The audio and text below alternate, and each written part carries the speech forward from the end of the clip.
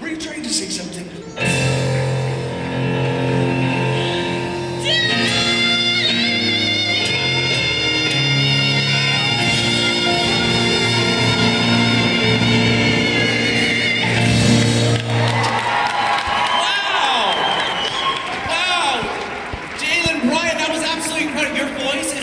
You sound just like the cartoon, and your voice is absolutely incredible. This might be your debut, but you're going to be here to stay.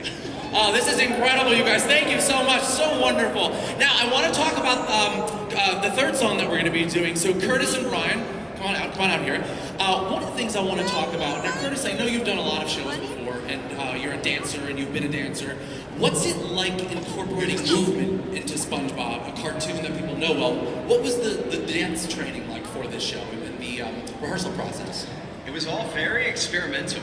It was a lot of like stops and let's just like throw a beat down and just see what people come up with and create. Just interesting ways of, you know, if you're a citizen of Bikini Bottom, like you can't just walk normally. You gotta like walk like a fish or like, you know, things like that. Exactly. So it was just this incredible creative process of Tina going, yes, put that in, and just kind of like putting everything in a pot. And, you know, it was like more is more, and then she took away. It was a really creative, collaborative process in that way, physically. Yeah, I think that's the thing that's so exciting about a developmental process. You really get to make it your own, and then what people end up knowing for years to come is an idea that maybe came to you in a room one day. Absolutely. And you guys have done that with shows in the past. So what is it that you look for in a musical or even any kind of show that you're looking to do? Is there something that you are excited to be a part of? Is there something that draws you to a specific piece? I guess really, ultimately, I mean, this for me was absolutely Tina Landau, our director. Right. When I found out she was doing it, that was my draw. But I think what I've learned through our show is that we really do have an incredible message that sneaks up on you within the show. You're not coming to SpongeBob expecting to, you know, have that in the end, and we see people crying, and people are like, I was not expecting to cry at SpongeBob Squarepants the musical. So I guess that is really, you know, what is the message? What is it? What does the world need to be put into it at this point? That's I think what's so special about something like this. No, I would absolutely agree. I think the amazing thing, of course, you know, coming from a place of like, what do we look for in a project? You know, if you are lucky enough to come on board to a show like SpongeBob, helmed by someone like Tina Landau, who knows that it can't just be about these already established characters. Like, what are we going to say through them? What's timely? What's now? And I think that's is what she did so amazingly well.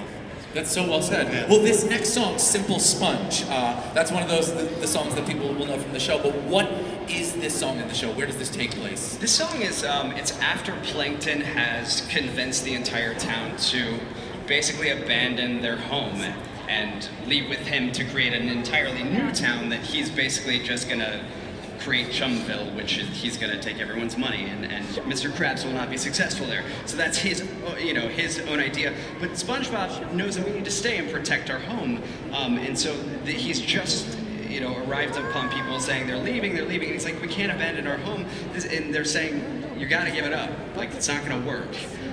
So it's sort of his pep talk to himself, and he's always told that he'll never be more than a fry cook.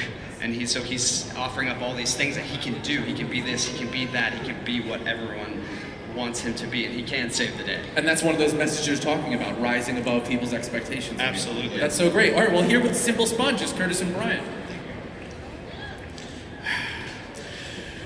Let it go, boy. There's nothing you can do. I told you before. You're just a simple sponge. Simple sponge. Simple sponge. Simple sponge. Sure, I spend my days floating around, head in the bubbles and my feet on the ground. But there is more to me than just my name. Give me a chance and I can change the game. And maybe one day, Mr. Krabs, you'll say, the Krusty Krab is yours, it's your lucky day. That is what I've always wanted, and I can finally say I've done it. Let me have adventure, be a contender. As you're not a simple sponge, see, I'm not just the sponge next door. You're not a simple sponge. There's gotta be a better way, a way to save this town I love. But how can I stop the end of the world? Am I just a simple sponge?